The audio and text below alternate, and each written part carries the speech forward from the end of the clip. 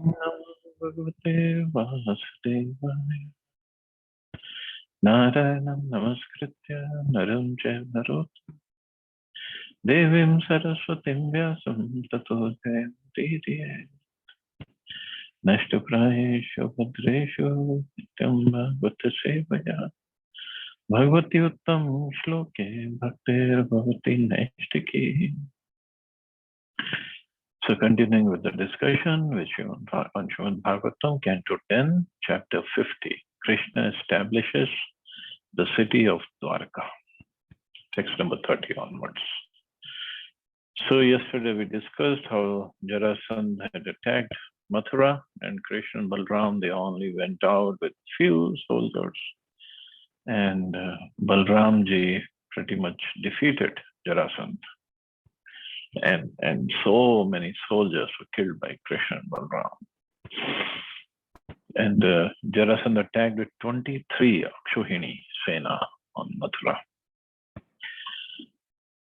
So further, Shukdev Goswami is saying, Jagrah Viratham Ramo Jarasandham Mahabalam Atani Ka Shishtasum Singha Singham Evo Jasa. Jarasandha, with his chariot lost and all his soldiers dead, was left with only his breath. At that point, Lord Balram forcibly seized the powerful warrior, just as one lion takes hold of another. Badhyamanam hataratim pashar varuna manusha varya mas govindas ten karya chikirshaya. With the divine news of Varuna and other mortal ropes, Balram began tying up Jarasandha, who had killed so many foes. But Lord Govinda still had a purpose to fulfill through Jarasandha, and thus he asked Balram to stop. The word Hatarati means one who has killed his enemy, so through whom his enemies would be killed. Srila Vishwanath Chakravarti Thakur has provided this thoughtful note. So Krishna asked him not to tie him up, not to punish him, not to kill him.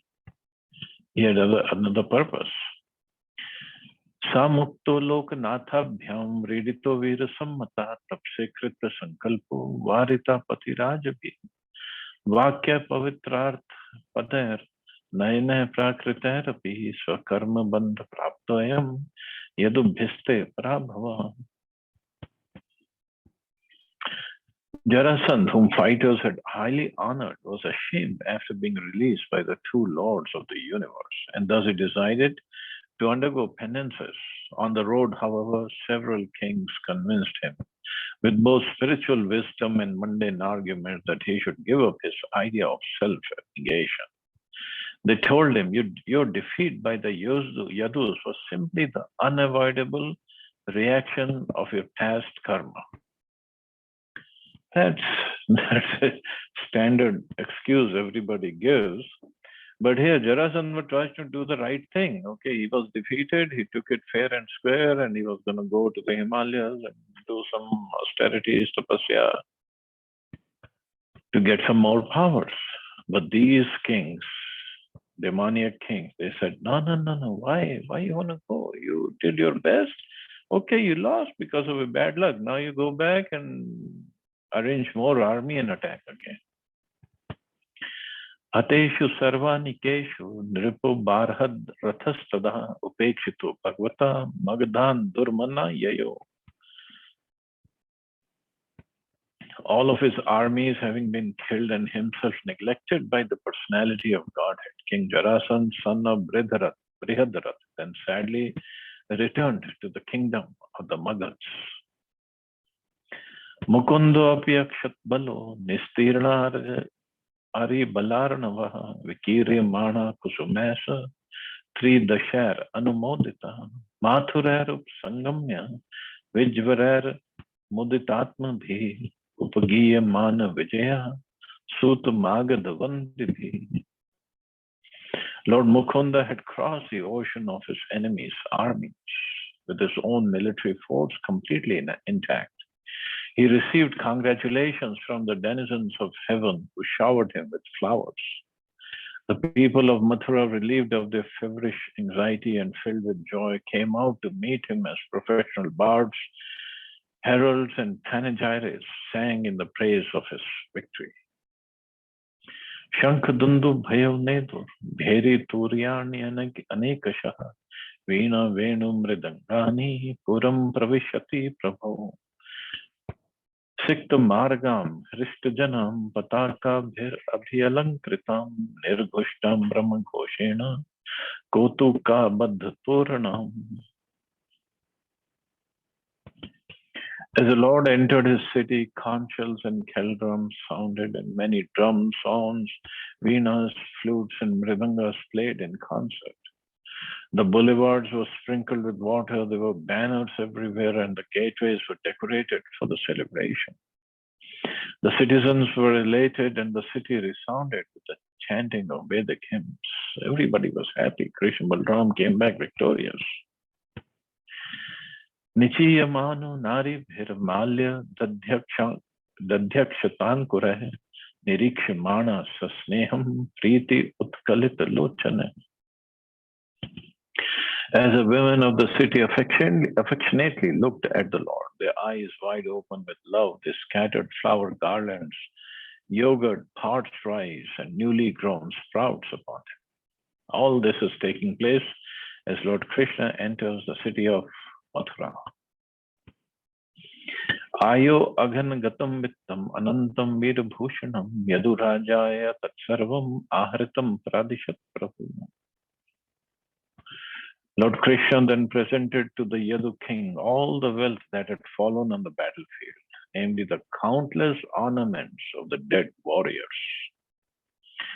Srila Vishwanath Chakravarti Thakur adds that jeweled ornaments had also been collected from the horses and other animals. What might be added here for the sake of the squeamish is that Jarasandha came to Mathura with a clear intention of slaughtering every last man in the city, including Krishna and Balram.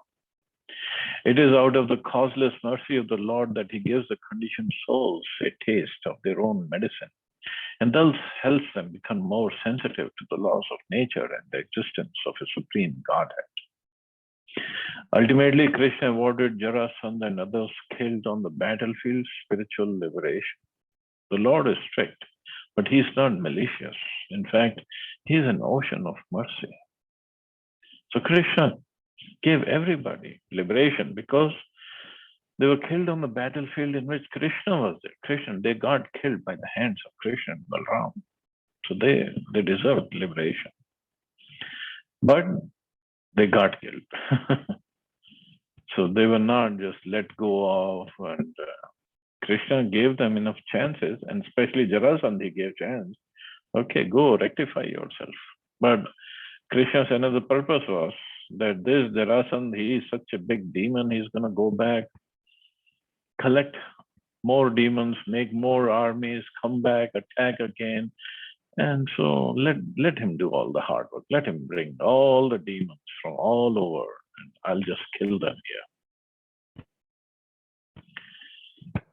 Evam sap dash kritvas stavati akshohini bala yuyudhe magadho raja yadubhi Krishna palika. 17 times the king of Magad met defeat in this very way. 17 times. Can you believe it? And yet, throughout these defeats, he fought on with his Akshohini divisions against the forces of the Yadu dynasty who were protected by Shri Krishna. So Krishna just clearly, he shows here, Rakhe Krishna Mare ke and Mare Krishna Rakhe. So Krishna is there to protect his Mathura Vasis. So who can do any harm? And then what happened? Akshinvans tadbhalam sarvam Rishnaya Krishna tejasa ateshu sveshnavi vanikeshu tyaktu agadiri bhir nirpaha. By the power of Lord Krishna, the Vrishnis would invariably annihilate all of the Jarasandha's forces. And when his soldiers had been killed, the king released by his enemies would again go away. The king means the king, Jarasandha. Ashtadasham Sangrama Agamini Tadantara Narad Preshito Viro Yavana Prati Adrishyata. Just as the 18th battle was about to take place, a barbarian warrior named Kalyavan, sent by Narad Muni. Narad Muni does all these wonderful activities, appeared on the battlefield. So even at the time of Krishna, these barbarians were there. Kalyavan, Yavan Rakshas. Rurod Mathuram Etya Tisrib Maler Kotibhi Riloke Cha Prati Dundvo Vrishnin Shrutvatma Samhita. Arriving at Mathura, this Yavan laid siege to the city with 30 million barbarian soldiers. Can we even imagine these numbers? 30 million barbarian soldiers. They laid siege to the Mathura city. This was Yavan. So it means all these barbarian soldiers. He had never found a human rival worth fighting, but he had heard that the Vrishnis were his equals. Srila Vishwanath Chakravarti Thakur quotes from the Vishnu Puran concerning the history of Kalyavan. Once Gargya was ridiculed by his brother-in-law as a eunuch, and when the Yadavas heard this, they laughed heartily. Infuriated at their laughter, Gargya set out for the south, thinking, may I have a son who will bring terror to the Yadavas. He worshipped Lord Mahadev, eating powdered iron, and after 12 years obtained his desired benediction. Elated, he returned home. Later, when the childless king of the Yavans requested a son from him, Gargya begot in the Yavan's wife a son, Kalyavan.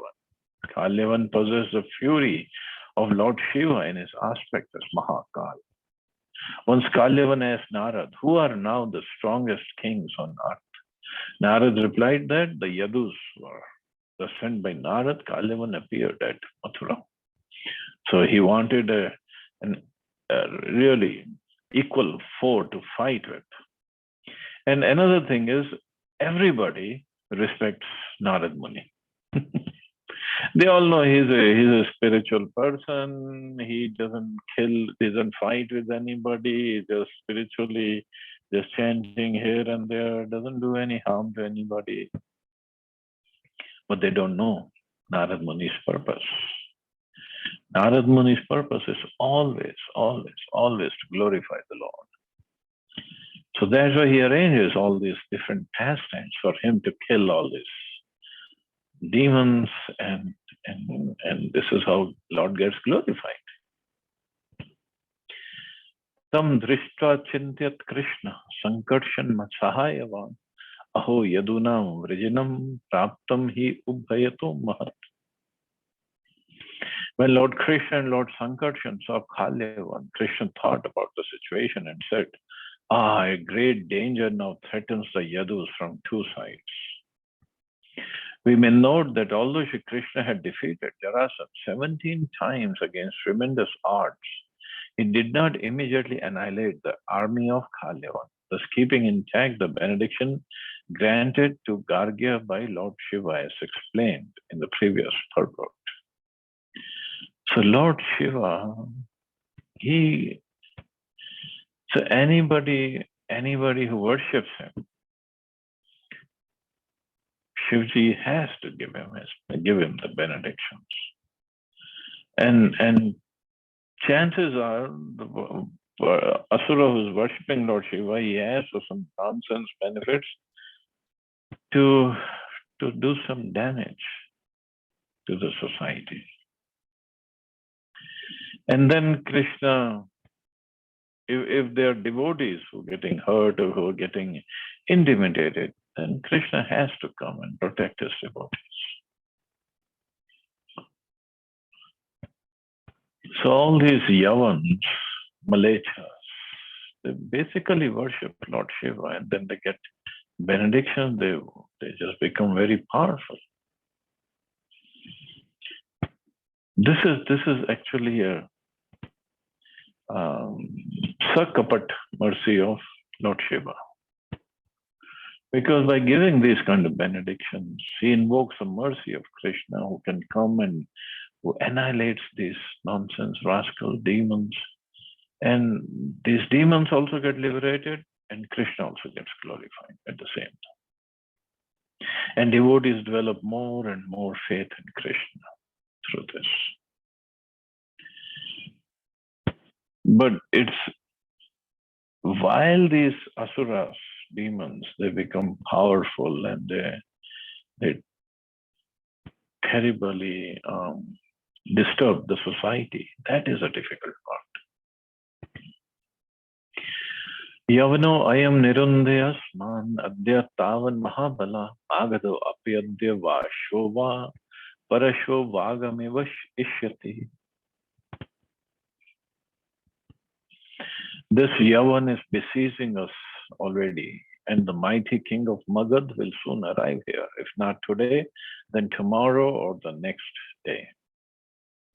Avyo yudhya torasya yadya ganta jarasutah bandhun hanishite athva neshyate swapuram bali.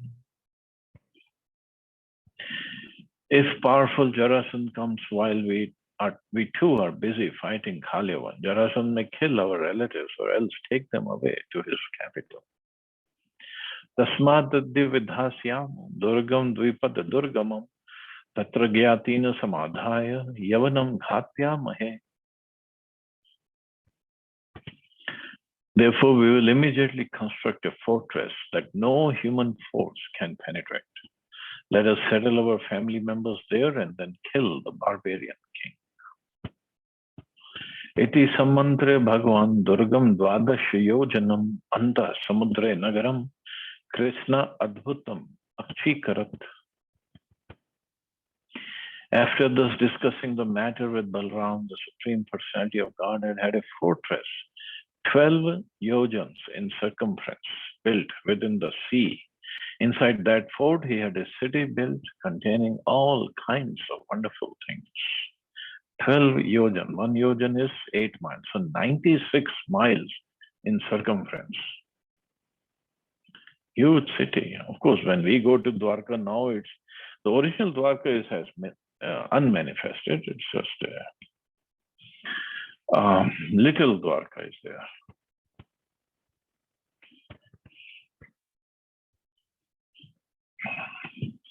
Drishyate yatra hi tvashtram vijnanam shilpa napunam ratyachat var vithibhir yatha vastu vinirmitam surdrum latodhyana vichitro pavananvitam him shringar divis prigbhi swatikata lagopurah rajatar kuta koshtar hem kumbhar alankrita ratna kutar grihar hemer Mahamara Katasthala Vastoshna Pitinam Jagriha Vallabhi Mishcha Nirmitam Chaturvarnya Jana Kiranam Yadu Deva Grihola Sat. So some description of the city of Dwarka. In the construction of that city could be seen the full scientific knowledge and architectural skill of Vishwakarma. There were wide avenues, commercial roads, and courtyards laid out on ample plots of land. There were splendid parks and also gardens stocked with trees and creepers from the heavenly planets. The gateways, towers were topped with golden turrets touching the sky, and their upper levels were fashioned of crystal quartz. The gold-covered houses were adorned in front with golden pots and on top with jeweled roofs, and the floors were inlaid with precious emeralds. Besides the houses stood treasury buildings, warehouses, and stables of fine horses, all built of silver and brass. Each residence had a watchtower and also a temple for its household deity. Filled with citizens of all four social orders, the city was especially beautified by the palaces of Shri Krishna, the Lord of the Yadus. Amazing city built by Vishwakarma. Srila Sridhar Swami explains that the state highways Rathya were in front and the secondary roads Vithya behind, and between them were courtyards, Chatvarani. Within these courtyards were surrounding walls, and within the walls stood golden residences atop which shone crystal watchtowers crowned with golden pots. Thus the buildings were multi-storied. The word Vastu indicates that the houses and buildings were constructed on ample plots of land with plenty of room for green areas.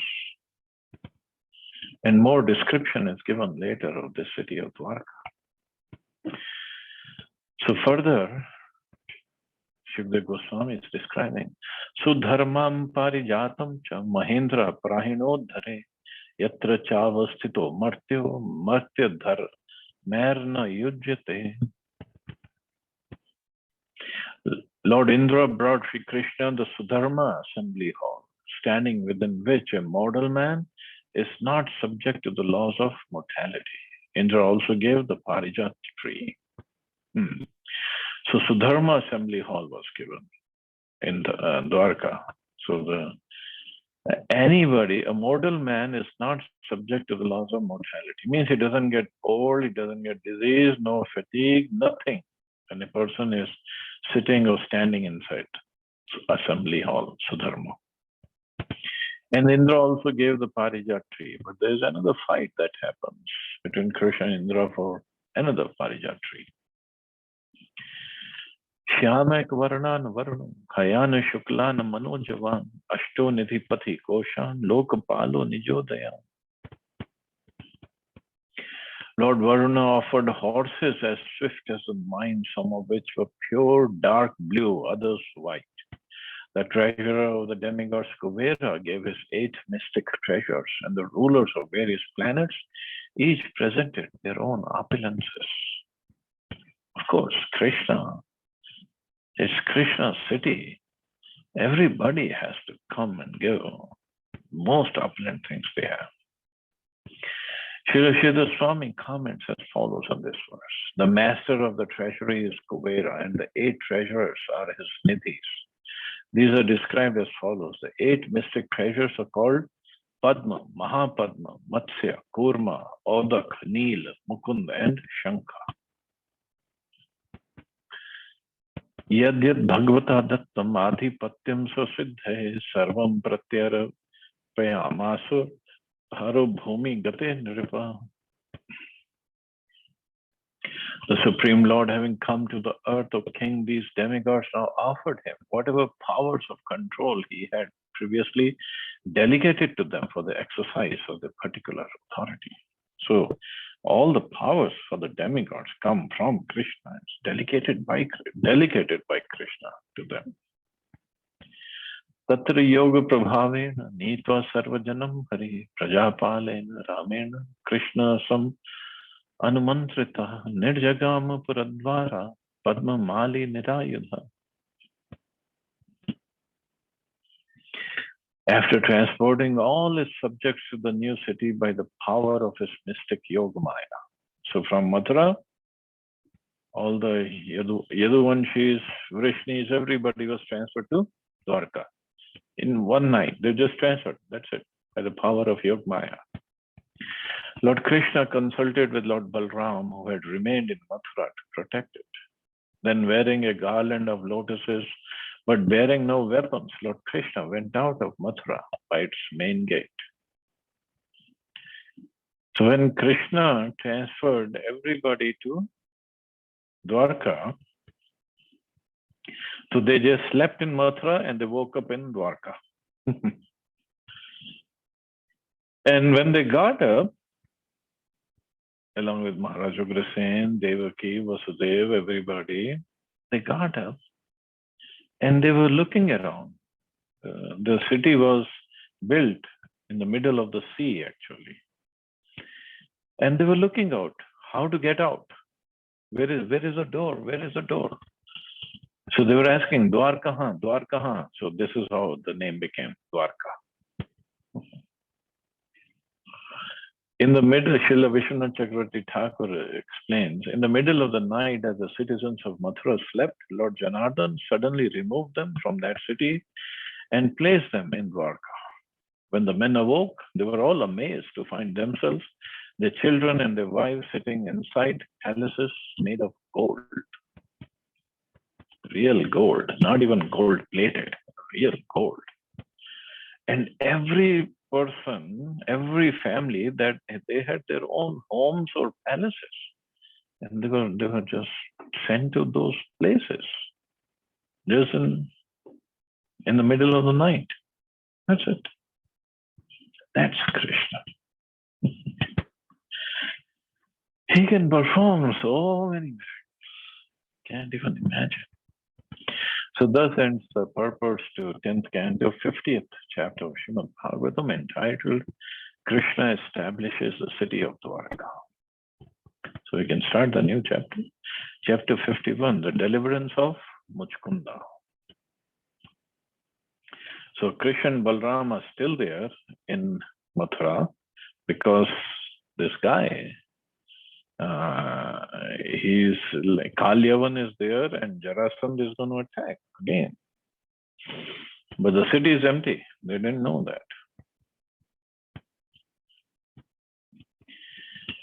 Shri Shukvacha tam vilokya vinishkrantam ujjihanam ivodukam darshaniyatamam shamam pitakoshaya vasasam Shri Vatsavakshas Bhrajat Kostu Bha Mukta Kandharam Prithu Dirga Chaturbahum Navakanjarunekshanam Nitya Pramuditam Shrimat Sukupolam Shuchismitam Mukhara Vindam Vibranam Suran Makar Kundalam Vasudevo Hiyamiti Puman Shri Vatsalanchana Chaturbhujo Arvindaksho Vanamalya Ati Sundara Dakshanar Narad Proktar Nanya Bhavitum Arati Nirayudhash Chalan Padbhyam Yosen Anena Nirayudha Iti Nishitya Yavana Pradravad Tam Parangamukham Anvadhavad Chigrikshusustam Durapam Api Yoginam. Shukdev Goswami said, Kalyavan saw the Lord come out from Mathura like the rising moon. So Krishna, he looked so beautiful coming out of the main gate of Mathura city. The Lord was most beautiful to behold with his dark blue complexion and yellow silk garments. Upon his chest, he bore the mark of Shri Vatsa, and the coast of gem adorned his neck. His forearms were sturdy and long, and displayed his ever joyful lotus-like face, with eyes pink like lotuses, beautifully effulgent cheeks, a pristine smile, and glittering shark-shaped earrings. The barbarian thought, this person must indeed be Vasudev, since he possesses the characteristics Narad mentioned.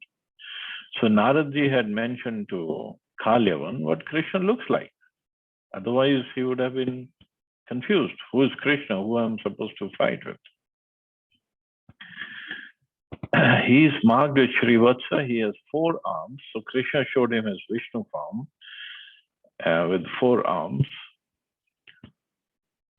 His eyes are like lotuses. He wears a garland of forest flowers and is extremely handsome. He cannot be anyone else. Since he goes on foot and unarmed, I'll fight him without weapons. So at least he had that kind of morality in his mind, that let me fight the way he wants. Resolving this, thus he ran after the Lord, who turned his back and ran away. Krishna does all these pastimes in a different way. In Bhagavad Gita, he is telling Arjun, this was we studied this morning also, that if you run away from the battlefield, people will call you coward. Karna, Duryodhan, Bhishma, Drona, they will not honor you. They'll call you coward. So you're a coward. You ran away from the battlefield. Call you bad names. And disrespect for a person who is honored is worse than death. But here what Krishna does. He is showing with his 4 arms, means he must be having Shankh, Chakra, Gada, Padma in his hands. But he ran away. He was not carrying his arms when Kalyavan saw him. And he ran away. And this is why Krishna is the supreme personality of God. Why? Because he's a supreme absolute truth. Absolute means all the contradictions can be in him, but he is still the supreme law. Why he ran away, there's a reason. We'll learn that reason. And because he ran away from the battlefield, not just here, from Jarasandha also he ran away. He is known as Ranachod Rai. Ranachod, he ran away from the battlefield. But if Krishna does that, he is still worshipped. And devotees talk about these pastimes lovingly. There's a beautiful temple near Ahmedabad in Gujarat, Dakor, temple of Ranachod Rai Ji, where is worshipped. People go there and everybody worships. Everybody talks about these pastimes. But those who don't understand the purport behind these pastimes, they call him in a not so favorable way. Like in Mathura, in Vrindavan, he used to steal makhan. He's makhan chor. He's makhan chor to the extent, and a full bhajan is written about him as Chor Agraganya, the best of the thieves. But he's still a chor, he's a thief.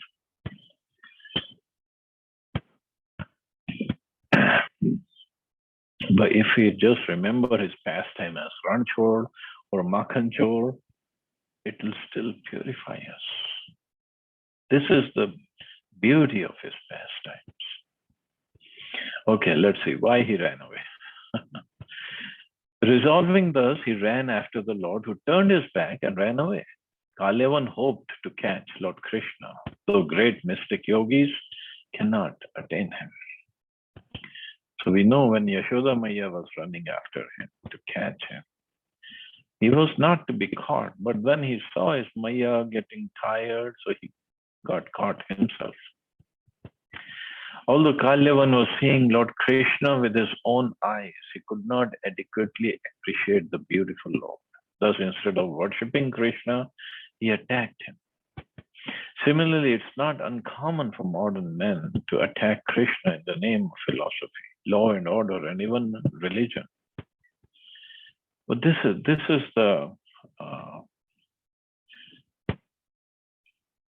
the position of these people. Even if beautiful, most beautiful Lord is there. Look at how Krishna is described in the shloka. But Kalyavan is looking at him. Instead of worshipping him, instead of falling down at the lotus feet of Krishna and begging for mercy, begging for service, he wants to attack Krishna. And that's where they make the mistakes.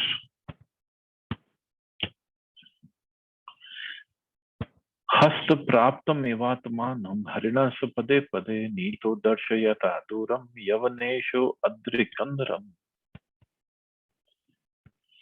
Appearing virtually within reach of Kalyavan's hands at every moment, Lord Hari led the king of the Yavans far away to a mountain cave. So he was always, Kalyavan was like, yes, I'll catch him. He's just within my reach. But Krishna cannot be caught by anyone if he doesn't want to be. And if Krishna had ran far away from Kalyavan, Kalyavan might have said, let me not chase him. But Krishna was just right outside his reach. And Kalyavan thought, I'll catch him now. But he took him far away to a mountain cave. Palayanam yadukule jatasya tavanochitam iti kshipan anugato nanam prapahata shubhaha. While chasing the Lord, Yavan cast insults at him, saying, you took birth in the Yadu dynasty. It's not proper for you to run away. But still, Kalyavan could not reach Lord Krishna because his sinful reactions had not been cleansed away. But he had so much of Agyat Sukriti that could see Krishna face to face, but he could not reach him. Evam kshipto api bhagavan pravishad girikandaram soapi pravishtastan tatranyam shayanam dadrishe naram. Although insulted in this way, the Supreme Lord entered the mountain cave. Kalevan also entered, and there he saw another man lying asleep. The Lord exhibits here his opulence of renunciation. Determined to execute his plan and give his blessings to Muchkunda, the Lord ignored Kalevan's insults and calmly proceeded with his program. Nanvaso duramani kshete mami sadhuvatiti matva chutam mudastam pada samatadaya. So after leading me in such a long distance, now he's lying here like some saint. Thus thinking the sleeping man to be Lord Krishna, the deluded fool kicked him with all his strength. So there was a sleeping man in the cave, and what Krishna did when he entered that cave, he put his chadar on that sleeping man. So Kalivan thought, well, look at this. He led me here, and now he is pretending to sleep, thinking I'll not fight with him. But Kalivan kicked him with all his strength. Sauthaya chiram sutta shaner unmilya lochane disho viloke parshve tamadrakshid avastitam. The man awoke after a long sleep and slowly opened his eyes. Looking all about, he saw Kalivan standing beside him. Sutavatasya rushtasya drishti patena bharata deha nagnina dagdho bhasma sad bhavat kshana. The awakened man was angry and cast his glance at Kalevan, whose body burst into flames. In a single moment of King Parikshit, Kalevan was burnt to ashes. The man who incinerated Kalevan with his glance was named Muchkunda. As he will explain to Lord Krishna, he had fought for a long time on behalf of the demigods, finally taking as his benediction the right to sleep undisturbed. Harivansha explains that he secured the further benediction of being able to destroy anyone who disturbed his sleep. Acharya Vishwanath Chakravarti Thakur quotes from the Shri Harivansha as follows. Again and again Muchkunda said, O demigods with eyes blazing with anger, may I incinerate anyone who awakens me from sleep. Srila Vishwanath Chakravarti Thakur explains that Muchkunda made this rather morbid request to scare Lord Indra, who Muchkunda thought might otherwise wake him up repeatedly to request his help in fighting Indra's cosmic enemies. Indra's answer to Muchkunda's request is described in Shri Vishnu Puran as follows. The demigods declared, whoever awakens you from sleep will suddenly be burned to ashes by a fire generated from his own body. So sometimes when we are also asleep and whoever wakes us in the morning, and we don't want to get up, this King Muchkunda enters in our sleep also. So of course we cannot burn anybody with the fire, but we get angry. So this is also a beautiful story. Who is this Muchkunda and why he was given this benediction? Shri Raja Vacha, Ko Namsa Puman Brahman, Kasya Kim Virya Evacha, Kasmad Guham Gata Shishe, Kim Tejo Yavanardanaha. King Parikshit said, who was that person of Brahman? To which family did he belong and what were his powers? Why did the destroyer of the barbarian lie down to sleep in the cave, and whose son was he? Shri Shukavacha, Sa Ikshva Kukule Jatu, Mandhata Trintanayo Maha, Muchkunda Iti Khyato, Brahmanya Satya Sangara. Shukdev Goswami said, Muchkunda was the name of this great personality who was born in the Ikshvaku dynasty as a son of Mandhata. He was devoted to Brahminical culture and always true to his vow in the battle. Sayachita Surganer Indradyar Atmarakshane Asurebhya Paritrastas Tadraksham Akarochitam. Begged by Indra and other demigods to help protect them, and they were terrorized by the demons. Muchkunda defended them for a long time. So he fought on behalf of the demigods against demons.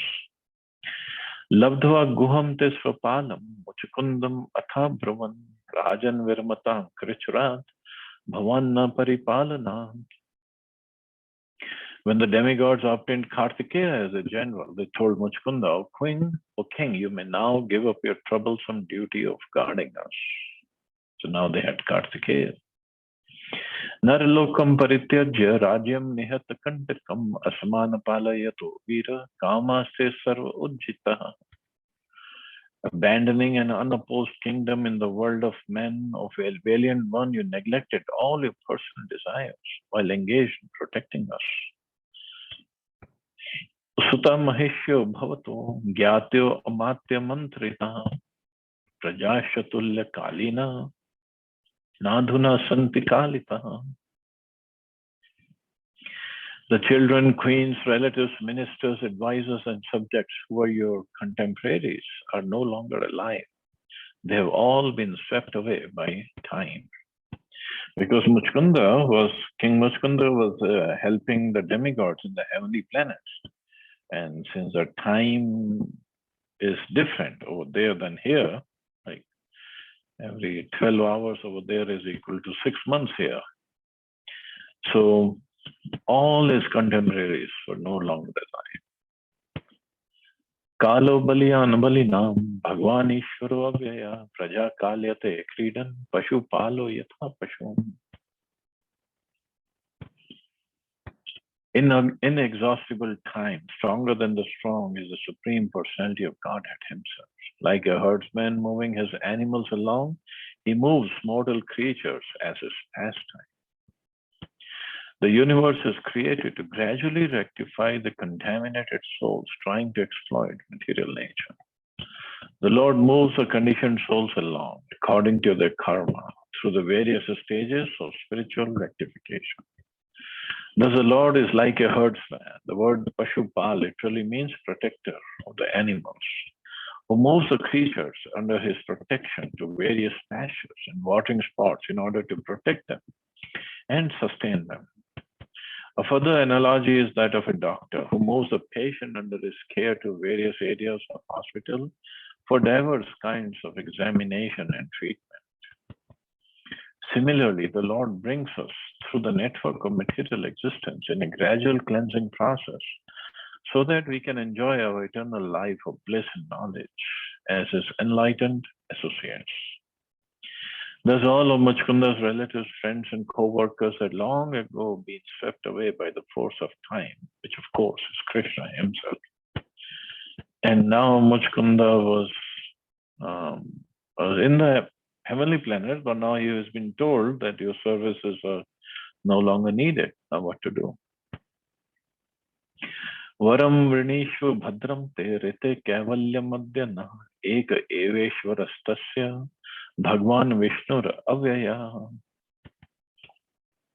All good fortune to you. Now please choose a benediction from us. Anything but liberation, since only the infallible Supreme Lord Vishnu can bestow that. Eva Muktah Sathave Devan Abhivandya Mahayasha Ashyeshta Guha Vishnu Nidreya Devadattaya. Addressed thus, King Muchkunda took his respectful leave of the demigods and went to a cave, where he lay down to enjoy the sleep they had granted him. So he was very tired of fighting for so many years without sleeping. And now he just wanted to take rest. So he just asked for this benediction. I just want to take rest and nobody should disturb me. Srila Bhaktivinoda Thakur gives the following lines from an alternative reading of this chapter. The king, exhausted by his labor, then chose sleep as his benediction. He further stated, O best of the demigods, may whoever disturbs my sleep be immediately burned to ashes.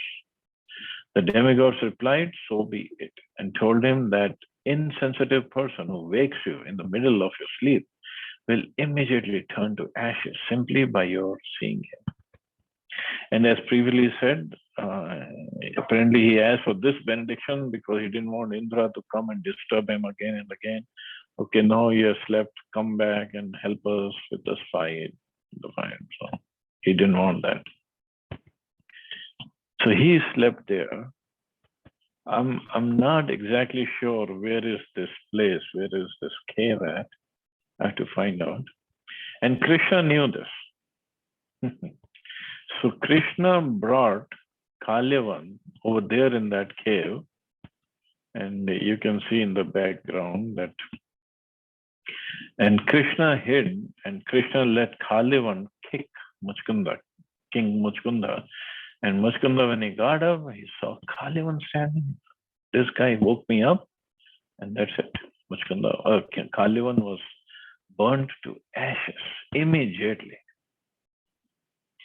यवने भस्म सान्निध्य भगवान सात्वत ऋषभ आत्मानं दर्शयामास मुचकुंदाय धीमते. After the Yavan was burnt to ashes, the Supreme Lord, Chief of the Sattvatas, revealed himself to the wise Muchkunda.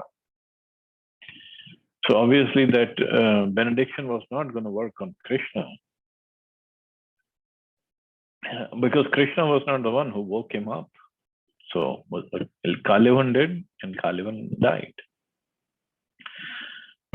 Tamalokya Ghanashyamam Pita Koshaya Vasasam Srivatsa Vakshasam Prajata Kostubhena Virajitam Chaturbhujam Rochamanam Vajantya Chamalaya Charu Prasanna Vadanam Suran Makara Kundalam Tekshaniyam Nirlokasya Sanuraga Smitekshanam Apiya Vayasam Matta Mrigendro Dara Vikramam Pariprichan Mahabuddhis Tejasa Tasya Dharshita Shankita Shanakya Raja Durdharsham Iva Tejasa.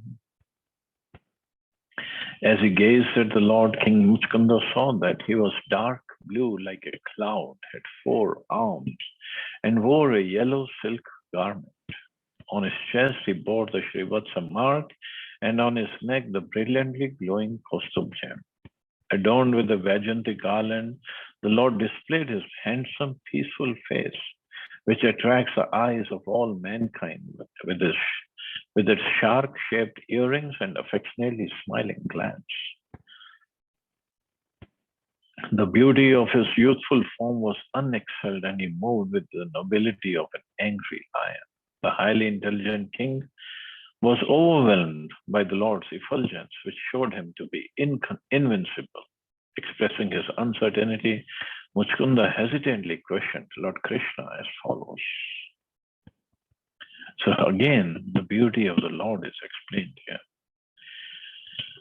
The Lord was seen in the beauty of his 4-armed form. Throughout this great work, we find Lord Krishna manifesting his various transcendental forms, most prominently the 2-armed form of Krishna and 4-armed form of Narayan or Vishnu. Thus, there is no doubt that Krishna and Vishnu are non-different, or that Krishna is the original form of the Lord. These things are sometimes misunderstood, but the great acharyas, experts in spiritual science, have clarified the matter for us. So God in his original form is not merely the creator, maintainer, and destroyer, or the punisher of conditioned souls, but rather the infinitely beautiful Godhead, enjoying in his own right, in his own abode. This is the form of Krishna, the same Krishna who expands into Vishnu forms for the maintenance of our world. Srila Jiva Goswami mentions that the word Shankita, having some doubt, indicates that Muchkunda was thinking, is this indeed the Supreme Lord? He expresses himself frankly in the following verses. So I guess we can stop here and see the verses that Muchkunda says, and then he prays to the Lord, and the further pastime goes on. So we'll stop here. See anybody has any questions or comments?